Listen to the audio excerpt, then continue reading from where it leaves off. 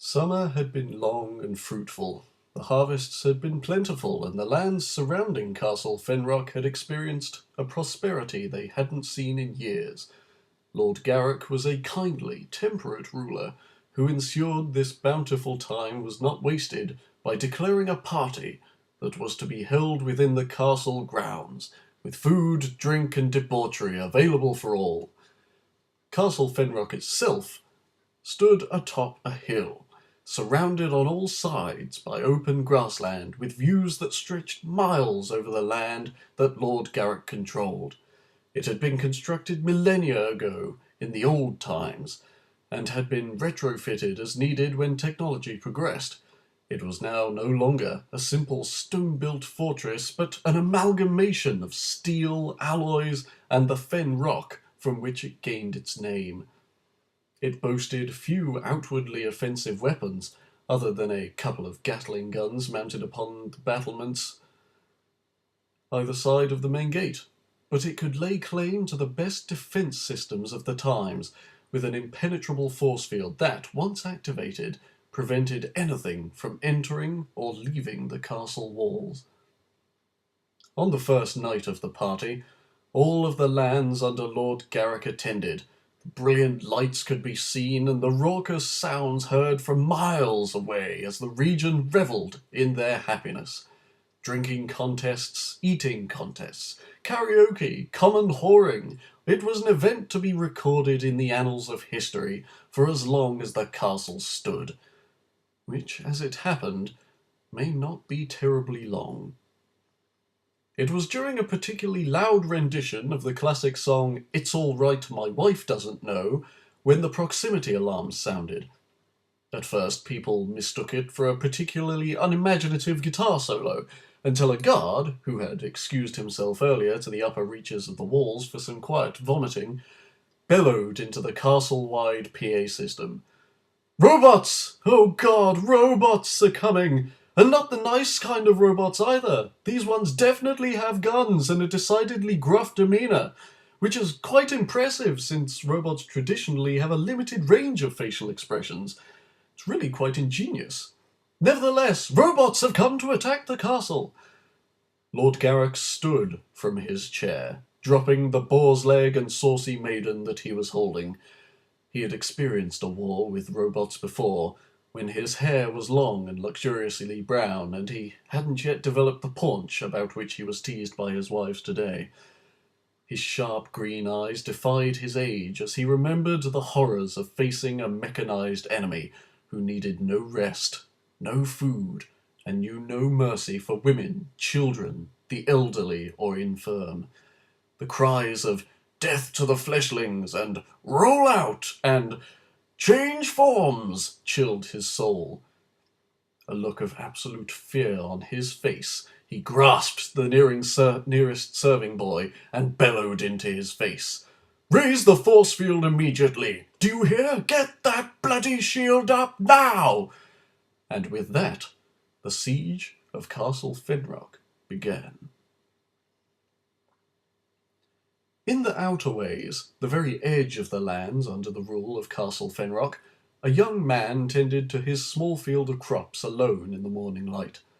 He hummed a tuneless tune as he worked, digging a hole with his trusty spade for the new apple tree that had arrived from Carcan, the small village down the road with whom he traded his wares.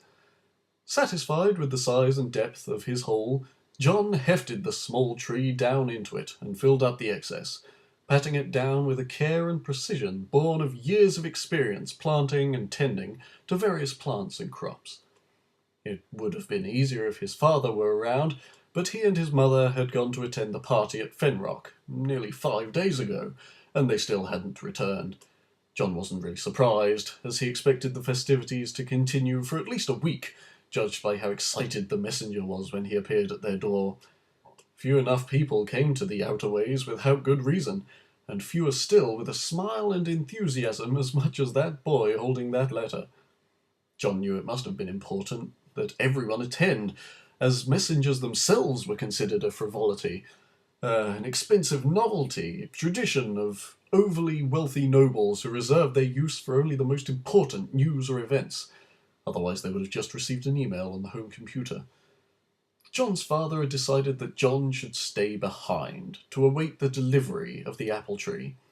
Everyone knew the journey to Fenrock would take a day or two, and then the party itself would continue for God knows how long. And in his father's own words, John wasn't ready for a good whoring yet. John took quite a bit of offence to this, being in his 25th year and having had several girls to his bedroom already, but he knew better than to argue with his father when whoring was concerned. So he stayed and he worked, fairly absent-mindedly. And now that the tree was here and planted, he wondered if he should make his way to the castle. There was a good chance that some mead or wine was left, and a slim but hopeful chance that there were still some fair-faced maidens available. He walked up to the side of the simple single-story hut that housed his family, and slouched down against it, dropping his spade to his side and daydreaming of fancy castle wenches and succulent meats and sweets. John awoke with a start, the image of a particularly sweet hunk of centaur burger in his mind, and a jolting pain inside of his leg. The sun had passed its zenith, meaning he'd been asleep for a good couple of hours, but more importantly, there was a large suit of gold armour standing above him. Scrambling for his feet and grabbing his trusty spade, which John held like a spear in front of him, he watched as the suit of armour looked at him. John made the rational deduction that there was indeed a man inside this suit of armour, and it was not an immortal, ghostly apparition that had possessed a fallen soldier's garments and was now wreaking havoc against the living. John began wondering when he had got that idea, when suddenly the man in the armour spoke. "God's alive, calm the hell down, boy, you'll do some damage with that spade." John tried to place the accent of the man, but ultimately failed because he was terrible at recognising accents. "Who are you, and what business have you here?" The armoured man looked around, either confused or absent-mindedly. It was hard to tell with the helmet on. "I'm from the castle. Fenrock. It's under siege. Can I have a sit down?" "What?" John could scarcely believe what he had heard. So scarcely, in fact, that he didn't believe it at all. Castle Fenrock is under siege? By who? "No robots," replied the armoured man. "Started about 3 days ago. I've been sent to find you because you're the only one left outside the castle walls." "What? Me? Who told you to find me? Why?" The armoured man sighed. "Your father found Lord Garrick and told him about you. Since everyone else in the lands is trapped in the castle behind the force field, it's up to you to find help so we can defeat the robot menace." The speech sounded oddly rehearsed. "I don't believe you. How did you get out of the castle if everyone was trapped in there?" "Secret passageway. Had to disable the force field for a second to let me escape. It was all very dangerous," replied the armoured man with a flippant gesture. "But that's not important. You've got to go to the land of Roch and disable the magical source that is powering these robots." "Hang on. These are magically powered robots?" John was aghast. "Yes, magically powered robots. Then you've got to amass an army so that you can help us defeat the robots once the magical power source is destroyed." Yeah, that's all part of the message I was tasked with giving you. "The fate of the lands rests in your hands." "My spade rests in my hands," said John, "and it will rest in your face soon if you don't start making sense." "That was a terrible threat. Sorry, I'm not very good at threats." "Still, this beggars belief." The armoured man suddenly raised his hands to the golden helmet, and John clutched his spade in as threatening manner as one can clutch a spade. The helmet was lifted swiftly off, revealing a handsome man, about 10 years John's senior, with long blonde hair and a stubbly chin that gave the man a ruggedly roguish appearance. John noticed a tattoo under one of the man's grey eyes, a sword over a stone, the banner of Castle Fenrock, and John immediately recognised it as the mark of a knight of the castle. Lowering his spade, John looked utterly sheepish. "I'm sorry, I didn't know you were a knight." "Oh, it's all right," replied the ruggedly handsome knight. "Happens to me all the time. Most people assume I'm a model or an actor until they see the tattoo." He held his helmet beneath his arm and assumed a heroic pose. But I am indeed a knight of the realm, sworn to protect and serve and all that gubbins. John poorly stifled a laugh, turning it into a cough as best he could.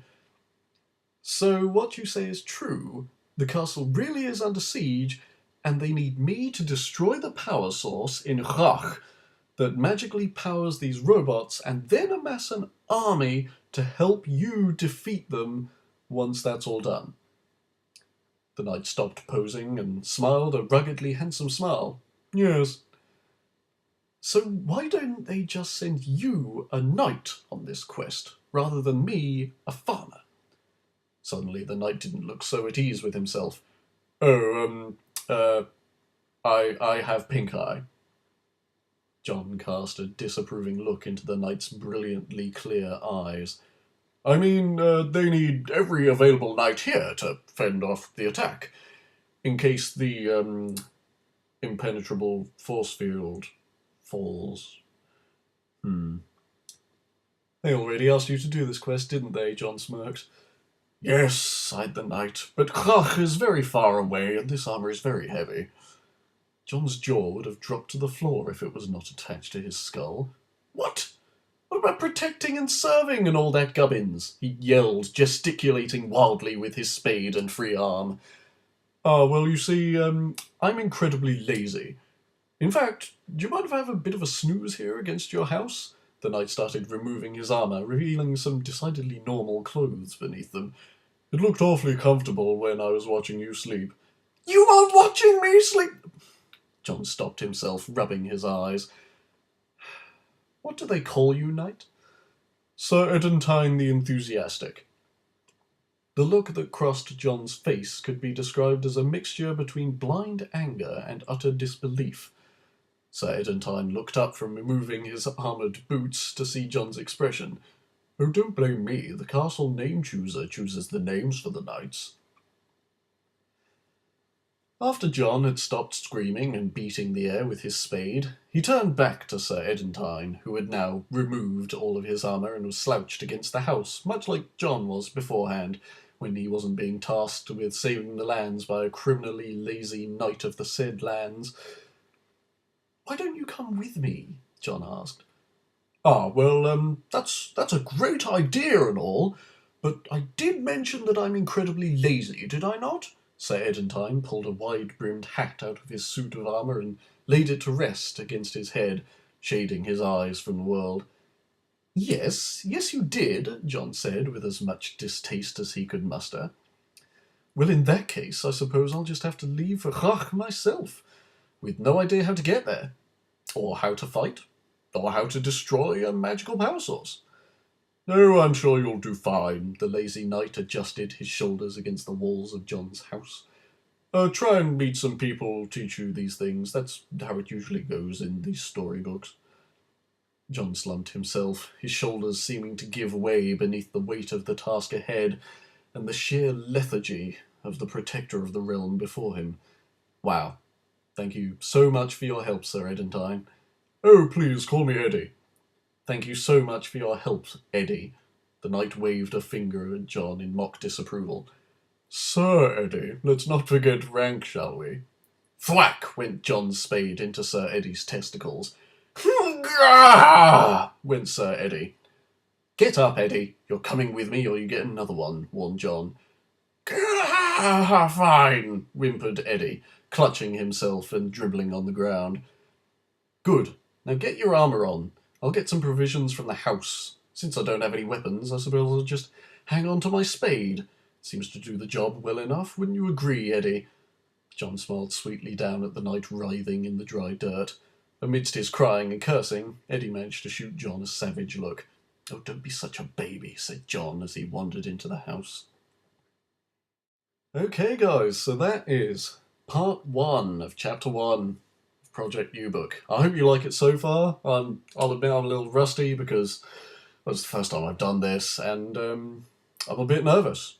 I'm not used to doing things like this, and I want to know if you guys like it. So, now comes your part. I want you guys to decide what John and Eddie should do now. They're going to leave John's farm. That's clear. Where do they go? Are they going to go to the village where John trades? Are they going to go somewhere completely different? Should there be a new character introduced? What should happen between Eddie and John? Should there be some sort of weird conflict there, or should they become the best of friends? I want you guys to put your ideas in the comments, and they will become part of Chapter 1, Part 2. And please, let me know what you think. Give me some suggestions for performance of this stuff. I'll probably have to work on the voices to differentiate the characters a bit more, but yeah. Please let me know what you think, and let me know your ideas for the story.